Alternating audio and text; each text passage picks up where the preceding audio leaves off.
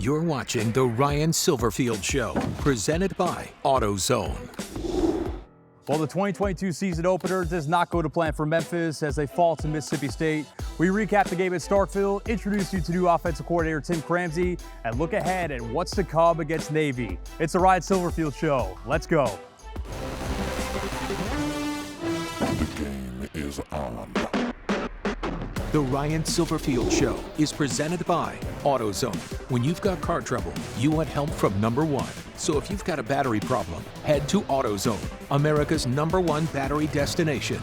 Get in the zone, AutoZone.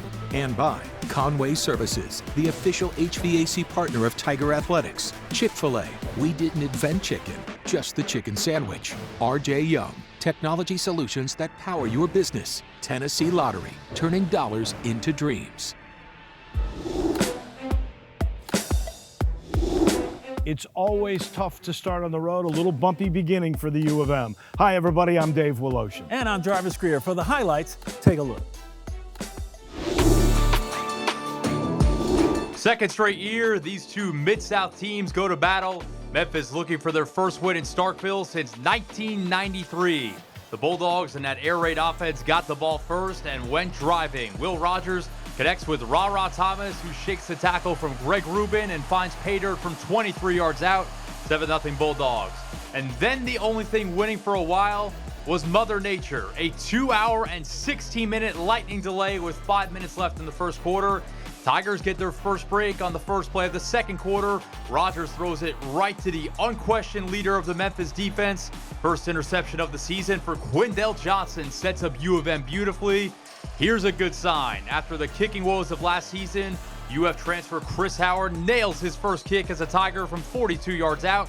First points of the season for Memphis. Jump ahead to the third quarter. Jay Ducker keeping cool under pressure. He has reservations for 6 on his first carry as a Tiger. 50-yard score. First time the Tigers find the end zone in 2022. 35-10 Mississippi State in the third. Seth Hennigan got to a better groove in the second half. Just over 10 to play in the fourth. The sophomore QB finds Eddie Lewis wide open in the end zone for the 15-yard score. Hennigan would add a rushing touchdown later in the game too. But unfortunately, Memphis had very few answers for Rogers and the air raid offense. He hits Justin Robinson for his last of 5 touchdowns in the game. Rogers adds 450 passing yards to that tally. And the Tigers fall in the 2022 opener, 49-23. Let's hear from the head coach and QB. Obviously, not our best effort. Came down to lack of execution, truly. Offense and defense weren't good enough. No excuses, no explanations. Special teams had some bright spots, but offensively, obviously, we couldn't really get anything going, especially in the first half. We've got to do a better job putting our guys in positions to make plays. It starts with me. And then defensively, we've got to find a way to make stops, right? We've got to secure tackles better. We had the one takeaway, and then obviously the fumble at the end of the game by the offense, but not good enough. The execution wasn't there, and we absolutely have to be better. As a whole, everyone made mistakes. Myself, receivers, O-line. I thought the O-line did a pretty good job tonight picking up the twists and, 500 protection and all those type of things. And then our backs, they ended up getting it going. But we just need to execute on third downs. There are always surprises that come out of camp, and I started thinking about how you talked about these recruiting classes now starting to really make their presence known, and I saw your left tackle, maybe the most important position on the offensive line. Here's a redshirt freshman from Mississippi named Mikaelin Pounders. I was kind of stunned when I saw that. Yeah, Big Mac has done a great job. Obviously you want a veteran offensive line with a lot of experience, but credit to him. He went through training camp and kept battling and earned the starting left tackle job. Look, we got great faith in him, but it's also nice to know that left tackle position is secure for many years to come. The rest of the offensive line will continue to bring him along. We have some experience, right? A guy named Jonah Gamble, who started at left tackle some last year. Austin Myers, who was the original starter before injury, is now starting for us at right tackle. So we have some experience in there. Obviously, Jacob likes the center being back, but yeah, you look at the depth chart, you look at the roster, you look at the two deep, some young guys going up, and that's part of the recruiting success we've been able to have here. You know, you go through training camp and you're bringing all the guys in and everything's fresh and you're very young this year. You had one thing in mind that you wanted to see out of camp once camp ended. Now that you played a game, is it still going along like you think? Yeah, absolutely. I think that the whole mindset and the approach to our deal is one game at a time, and our guys have been fantastic. Being able to focus on the task at hand and be able to go out and accomplish what they want to accomplish. Look, training camp was phenomenal, right? We got to see a lot of competition. I think what it also shows we have depth here at the University of Memphis, and so really proud of the way the guys have continued to develop, and I expect to see that right throughout the whole season. What was the main thing, if I could jump in real quick, who surprised you the most out of camp? Yeah, we talk about Mac Pounders. Obviously, he did a fantastic job. But then you have the ability to kind of see those things, the growth of Seth again, right? I think that's important, right? From season 1 to season 2, how is he going to mature the complete understanding of the offense so he can go and do things at a high level. But I also got to see the depth at wide receiver, right, which we know and well. And then, and then the secondary, right? We got a lot of different guys who are going to be able to play a lot of football for us. I wanted to go back to that because you have so many times in your secondary and a lot of really good athleticism there. Same thing with, you mentioned wide receiver. How about running back? Maybe the deepest I can remember in all the years. Yeah, you're exactly right? A lot of the oars on the two deep, which is great. That means you got guys you can trust, and we've got great amount of trust and confidence in all of our guys on the entire roster. But then you go back to that running back position. We've talked about it all along. We've had 5 different guys on our running back roster right now that have started games at the Division I level. That's amazing to think, right? But we've got great faith in Brandon Thomas, Jay Ducker, Asa Martin has started games, Marcavius Weaver, right? Dree Clark. We've got, the list goes on and on. Plus we got a lot of young guys we like as well. You think these guys are ready for the road as they're going forward? You start out with, instead of what we've had at Memphis for so long, 2 or 3 games at home before you hit the road, you're on the road to start the year. Yeah, obviously, right? Start off down in Starkville and then now heading up to Annapolis soon. Obviously very different, but different schemes as well. But our guys have been great. They understand that when we go on the road, it's just another distraction. But they've been great focus, right? We talked about all along having those blinders on. It doesn't matter where we're playing, out in Annapolis, Maryland, out in the parking lot, Simmons Bank, Liberty Stadium. It doesn't matter. Wherever we show up, we'll be ready. When you talk about that prep, you do have 180 on the different offenses you're going to see. In camp, could you prep at all for Navy? Did you do anything? Yeah, absolutely. I think it's right. We'd be fools if we just went out there and said, okay, hey, this is the first time. We got really 6 days to prepare for the triple option. Let's go get it. So we took segments of training camp, make sure we were ready for it because it is so different than anything else we'll see the rest of the season. Here's Coach Cramsey mic'd up. Beep, beep, beep, beep, beep, beep, beep, beep, beep, beep, beep, beep, beep, beep, ball. Beep, beep, beep, Hunter, beep. There's your step right there. We're in better shape right there. It's going to time up better. We're going to go. That's a good path right there. High energy, execution, execution, execution. Focus on 3. 1, 2, 3. Let's roll, baby. Let's roll, let's roll, let's roll. Let's have a day. Have a day. Don't matter how it starts, right? Every single play is a new play. You got me? Just run, just run, just run. Run faster than they run. Run faster than they run. God-given talent. Use it, baby. Use it. Use it. Go, go, go, go, go, go, go, go, go, go, go, go, go, go, go, go, go. Try to get him to hear my voice in his head when he has the ball. Coach Krantz, I don't know where he is, but I can hear him. Boring game when we do right. Boring game when we do right. Easy game when we do right. All right, well, you heard the man in his element. And coming up next on the Ryan Silverfield Show, we sit down with new offensive coordinator Tim Cramsey. Stick around. You're watching the Ryan Silverfield Show, presented by AutoZone. Welcome back to the Ryan Silverfield Show. Well, new offensive coordinator Tim Cramsey has had quite the coaching journey. 2 different high schools and 6 colleges before landing here in the 901. He's had success at some unheralded stops before. Now he's hoping to bring that same success here to Memphis.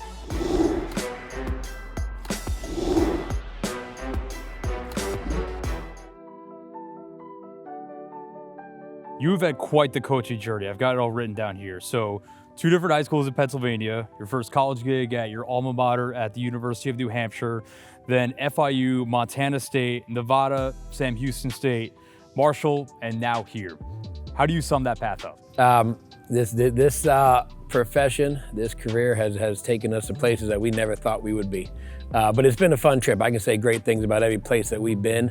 Like I said, my two boys are now 9 years old and 8 years old, and they lived in a good 6 cities, you know what I mean?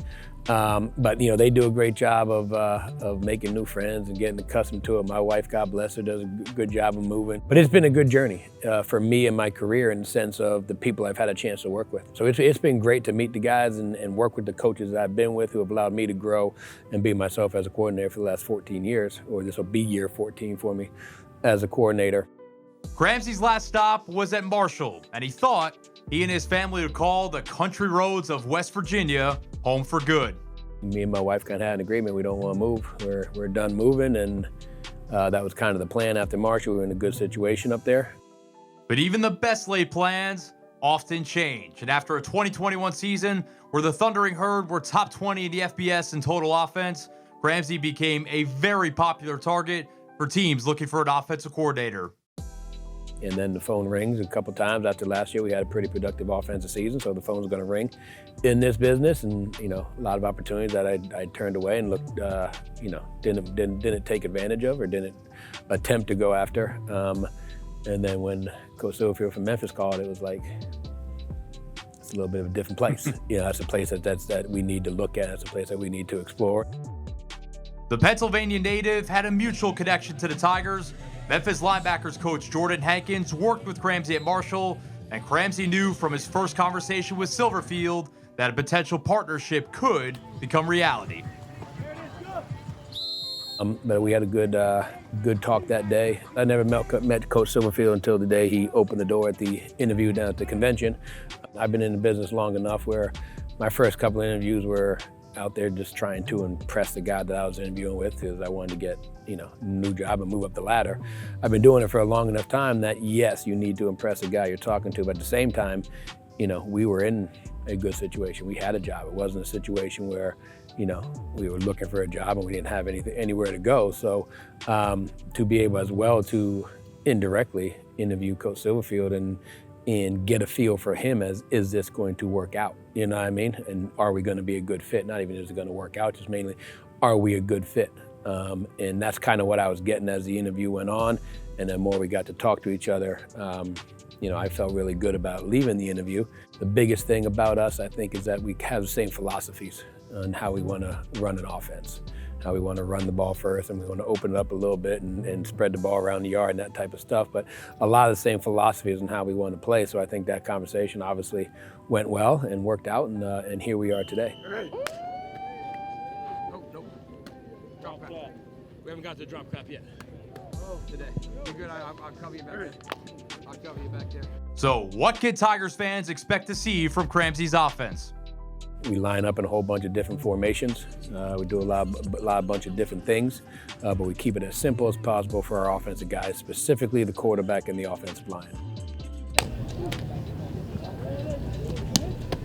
Those are the guys you have to have confidence in, that they know exactly what they're doing, where they're going, and ability to roll off the ball. We are a run-the-ball operation, so we need to be able to run the ball, and that's universal across football. You can break down any offense you want in any system, but the two last teams standing have the ability to run the football and have the ability to play good defense, and that's really what football hasn't changed. Everyone says football has changed.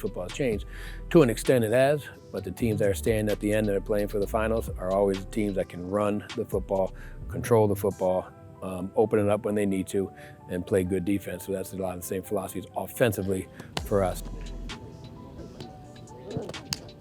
And on lucky stop number 7 in his coaching career, Ramsey says he and his wife really have no plans to pack up and leave the 901 anytime soon. And, I feel like we found a home here, and hopefully it lasts for a long time, because although it may look like it, I don't like moving. My wife doesn't like moving, so our plan is to stay here for a long, long time and win a lot of football games here.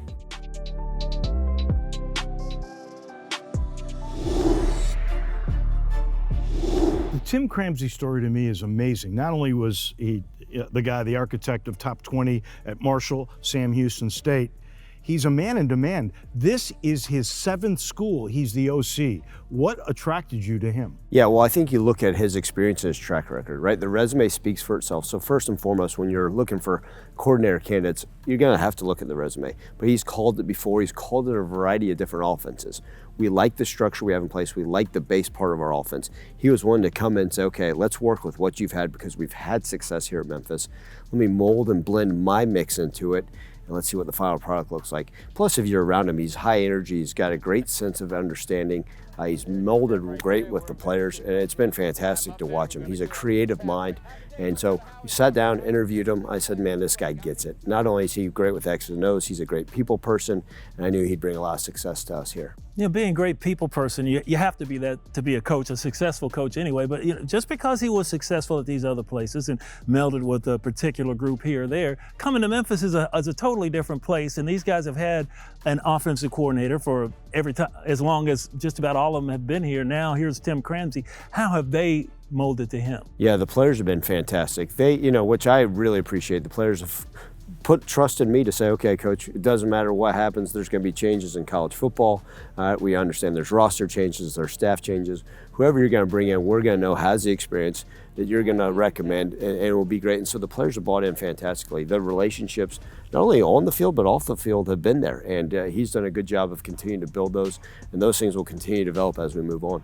As we look at your offense, how much different is it really than a year ago? Yeah, not really a whole lot of differences, right? We're still going to keep the base schemes, right? Our run game looks very similar, and the passing game, maybe it's week by week, depending on the game plan. You may see an adjustment, a route concept, but it's our job as coaches, the entire offensive staff, is to make sure we're being creative. We can't just say, okay, hey, here's a route concept that worked last week. Now let's keep that exact same. How can we tail it off? Maybe it's a 3-yard difference. Maybe it's now meshing a different route and a different wide receiver. So week by week, it's going to look very similar to last year, but you're also going to see some adjustments here and there. And it's our job to be creative to what we're going to see. Talk about opposite sides of the spectrum. From the air raid to the triple option in Annapolis, we look ahead to the Navy game. That's coming up next. You're watching The Ryan Silverfield Show, presented by AutoZone. Let's take a look at the AutoZone road ahead. Much has been made. You go from the air raid to a running triple option. How tough? Yeah, I mean, look, the transition for our defensive staff is a complete 180. You're exactly right. And so our guys got to be focused. We understand, just like every time you play Navy, you have to be more dialed in than you ever been before, because we know if you're not gap sound, if you don't make tackles, they can burn you, right? They're one of those offenses that's going to burn the clock. They're going to take their time. They're going to ground it out. And we've seen them embarrass some teams if you're not ready to play. Now, you also talk about a different environment. Going up to Annapolis, we know it's going to be a beautiful place to play. We've had success there last time we were there, but it's a conference game. They're always going to be extremely tough. Yeah, absolutely, right? America's best and brightest, right? There's no doubt, right? They're not only credit to them, those young men and women that serve at the academy. So much respect for them and what they do, but then you talk about what they do on the field too. They've always been one of those teams. It doesn't matter their record, you got to be prepared. And we've seen it year in, year out in this conference. They're ones to be reckoned with. That was tonight's AutoZone Road Ahead. AutoZone, America's #1 battery destination and official sponsor of Tiger Athletics. Get in the zone, AutoZone. Hard to go from one extreme to the other, but the Tigers are up to the task. Back in a minute, we'll put a bow on this show. You're watching The Ryan Silverfield Show, presented by AutoZone. Next week, it'll be good to be back home, and we'll see you then.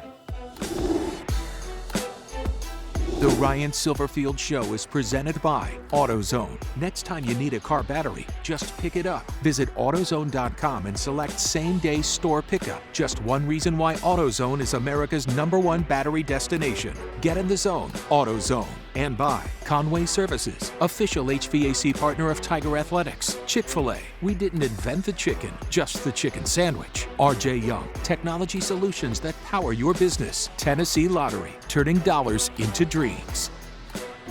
This copyrighted telecast is an exclusive presentation of Learfield under the broadcasting rights granted by the University of Memphis. Reuse of this presentation is prohibited without the expressed written consent of the University of Memphis and Learfield.